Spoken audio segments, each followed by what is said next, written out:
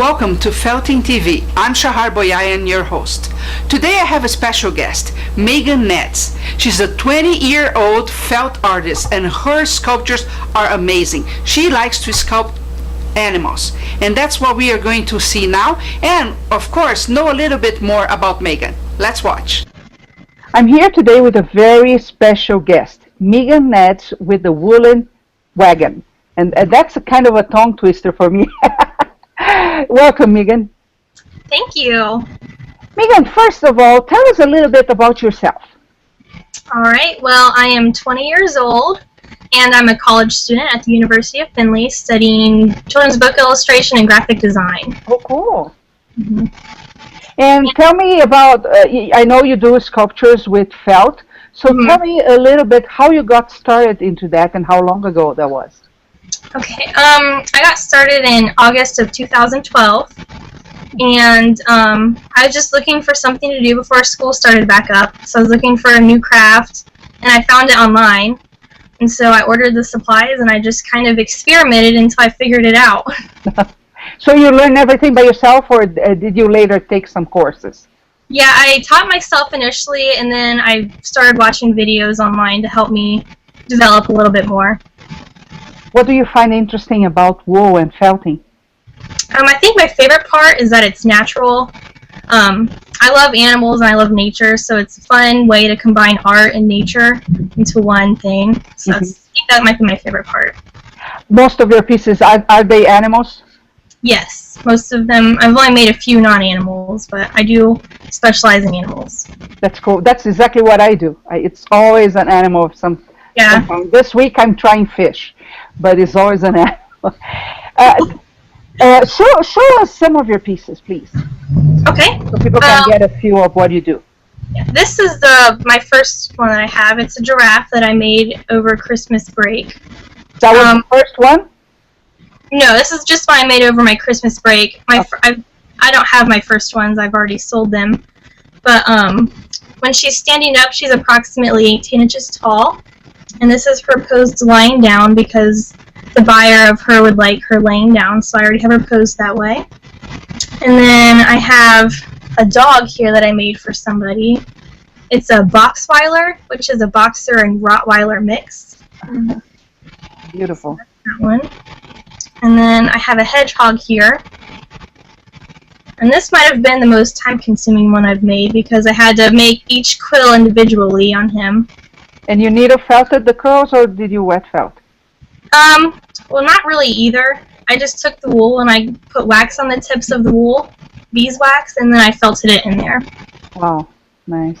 Do you usually do only needle felting, or do you mix with wet felting?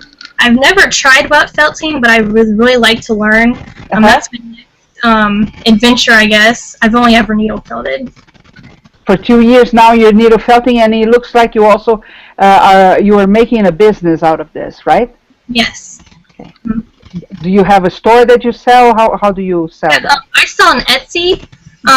If you search the Woolen Wagon on Etsy, it should come up. And I also have a Facebook page that I take orders off of, the Woolen Wagon on Facebook. Tell me one thing, in your marketing part of your business, it is a new business, right? Because you've been felting for 2 years. You use the Facebook page. Do you use anything else other than that, or? Not really. That's not really my specialty. The business aspect of it is not very. I'm not very good at that part, but I just try to do Facebook a lot, and I'm not on any other social media except for Pinterest. But when people interact with you, Megan, on for example, Facebook, are there some questions that you get over and over and over again that you would like to talk about?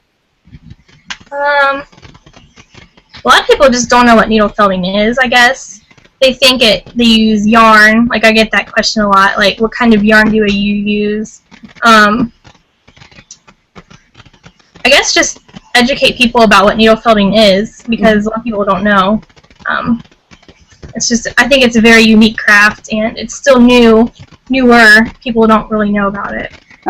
It's amazing, isn't it? Because it's very fun, but it's not something that we find people doing all the time. I like to go to a storytelling festival that we have here in Utah every year. And one of the things I do is keep needle felting while I'm listening to the stories. And a lot of people, they always come, and they have no idea anything about this craft. Do you see the same thing happening? Yeah. Yeah. And people don't know the value of it and the time it takes, too. Since they don't understand what it is, they don't know how long it takes to make a sculpture or the time that's involved. And so you're talking about value. What is the process that you go through to decide how much your sculpture is going to be? Basically, I just go off of the detail of the animal. Like on the giraffe, the spots took a long time because I needle felted each spot individually, so that was a lot of detail. And also the size, because that usually indicates how long it will take. So each one I price individually based on the time it takes and the amount of detail in it. So you put a value on your hour and then you times that, right? Yeah. And for example, the giraffe, how long did it take you to finish from concept to the final thing?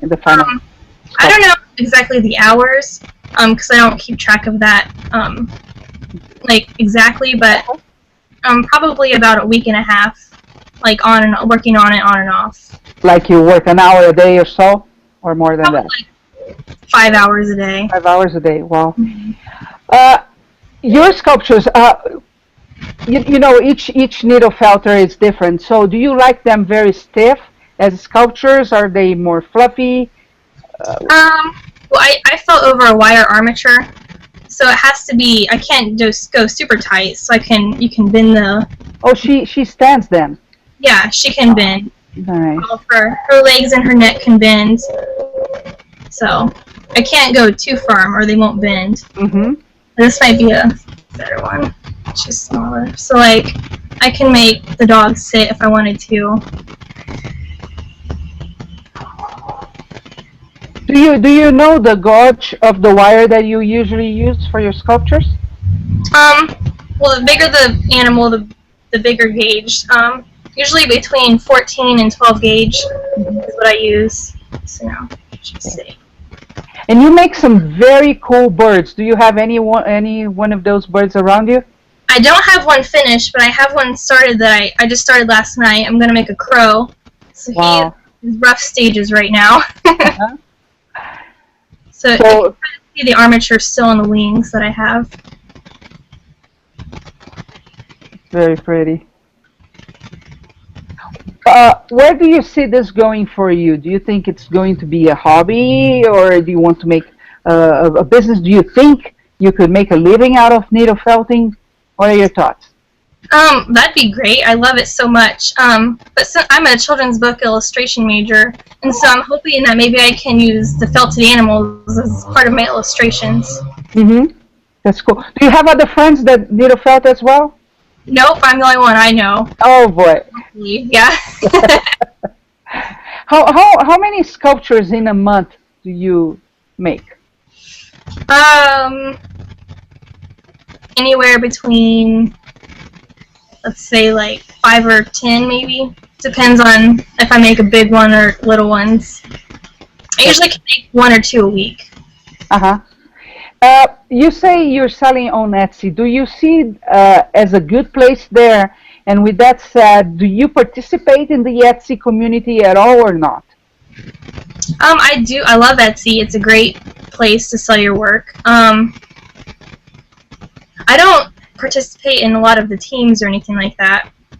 So I guess I'm not part of the actual community, but on Facebook there's a lot of Etsy people on Facebook, and so you can kind of get in the community that way. Okay.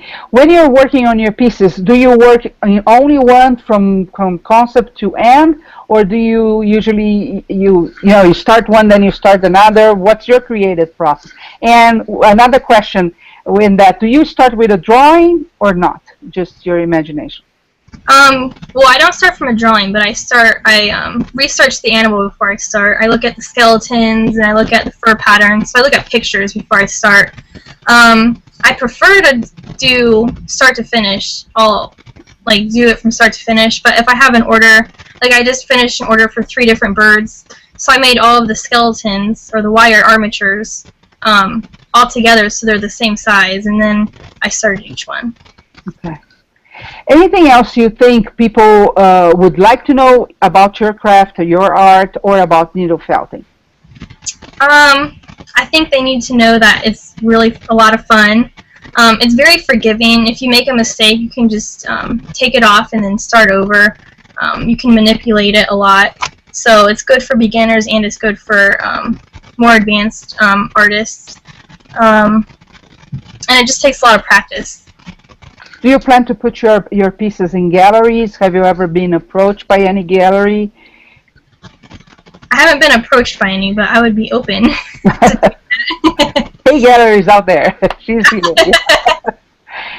You know, when I look at your pieces, they look very intricate, they're extremely beautiful. So many people might be watching and say, "Wow, you really have to be a major in some type of arts to be able to do that." But what you're really telling me is that you decided to try, you watched some videos, and that was the beginning of it, right? And then the rest was basically practice. Is that correct? Correct. Yep, it's all, you just have to look at the animal you're trying to make and then just try to mimic the shapes that you see into wool. Okay, cool. Megan, if people want to know more about you or they want to get one of your pieces, where they should go? If you go to Etsy.com, that's ETSY. If you search the Woolen Wagon in the search bar, my shop should come up, and then that's where I have all of my current pieces, and you can also, people can request a custom order there. And then I also take orders on Facebook on my Woolen Wagon page. Mm-hmm. Okay. Well, thank you very much for being here. Do you mind showing your pieces once more before we go off? Sure. Here's the dog. And then here's the giraffe. That giraffe is really impressive. Very pretty. Thank you. And then the hedgehog. And these are the only ones I have right now. What is the wool that you use the most? Well, I use a lot of core wool, which is, I buy it online, and it's actually a blend of different types of wool. Okay. So it's really springy.